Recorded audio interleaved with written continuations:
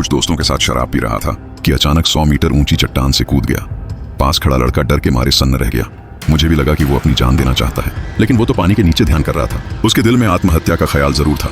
अपने बेटे की एक घटना ने उसे हर दिन तकलीफ में जीने पर मजबूर कर दिया था। वो मरना चाहता था लेकिन मर नहीं पा रहा था। वो था रेग, एक किराए का सैनिक। वो पहाड़ों में अकेला रहता था। बस एक कुत्ता और एक चिड़िया उसका साथ देते थे। फिर एक दिन संगठन की एजेंट डामे उसे ढूंढते हुए वहां पहुंची। मिशन था एक भारतीय लड़के को बचाना। वो लड़का स्थानीय माफिया डॉन डाडू श्याओ का इकलौता बेटा था। डाडू श्याओ को दुश्मन आमी ने धोखा देकर जेल भिजवा दिया। उसे मालूम था कि बेटे का अपहरण पैसों के लिए नहीं बल्कि उसकी बेइज्जती के लिए किया गया है। उसने अपने आदमी मंसार को हुक्म दिया, लड़के को हर हाल में वापस लाओ वरना तुम्हारी पूरी फैमिली को मार दिया जाएगा। मंसार को अपनी सीमाओं का अंदाजा था, इसलिए उसने भाड़े के सैनिकों की एक टीम से संपर्क किया। इनाम था 5 करोड़, लेकिन समय सिर्फ 16 घंटे। डामे ने बात पूरी भी नहीं की थी कि रेग ने तुरंत हामी भर ली।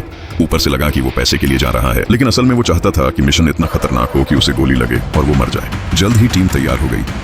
इसका दुश्मन बांग्लादेश के शहर ढाका में बैठा माफिया लीडर आमी है और वो बहुत बेरहम था। एक बार एक बच्चे ने उसकी चीज को छू लिया। उसने बिना कुछ कहे बच्चे को इमारत से नीचे फेंक दिया। यहाँ तक कि सेना के अफसर भी उसकी बात मानते थे।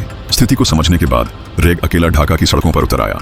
अपहरणकर्ताओं का फोन आया और तुरंत एक वैन उसके सामने आकर रुकती है। उसे जबरदस्ती अगवा कर लिया। अड्डे पर पहुंचते ही अपहरणकर्ताओं ने पैसे मांगे, लेकिन रेग ने कहा पहले लड़के की सलामती दिखाओ तभी पैसे मिलेंगे। अपहरणकर्ता ने बंदूक उसकी कनपटी पर रख दी, लेकिन रेग जरा भी नहीं घबराया। मौका मिलते ही उसने पलटवार किया। नरम लोग ताकतवरों से डरते हैं और ताकतवर उनसे जो मौत से नहीं डरते। लड़के की एक झलक दिखाई गई। 2 गुंडे पैसे लेने निकले, लेकिन एक को सीढ़ियों पर ही मार दिया गया। बाहर से स्नाइपर तैनात था। रेग ने दूसरे को भी खत्म किया और खुद को आजाद कर लिया। दरवाजे पर दस्तक हुई और पहला क्लाइमैक्स शुरू हुआ। शानदार एक्शन के बाद रेग ने लड़के को बचा लिया। सबको लगा मिशन खत्म हो गया, लेकिन ये तो बस शुरुआत थी। जब संगठन को सबूत भेजा गया तो मंसार की तरफ से कोई भुगतान नहीं आया।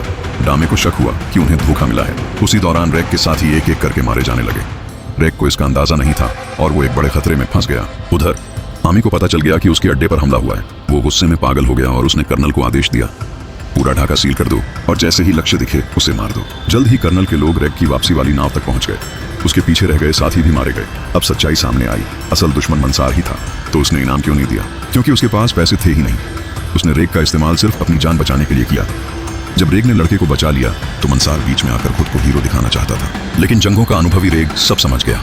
वो लड़के को लेकर लंबा रास्ता पकड़कर लौट गया और जो इसके बाद हुआ वो वाकई में क्लासिक था।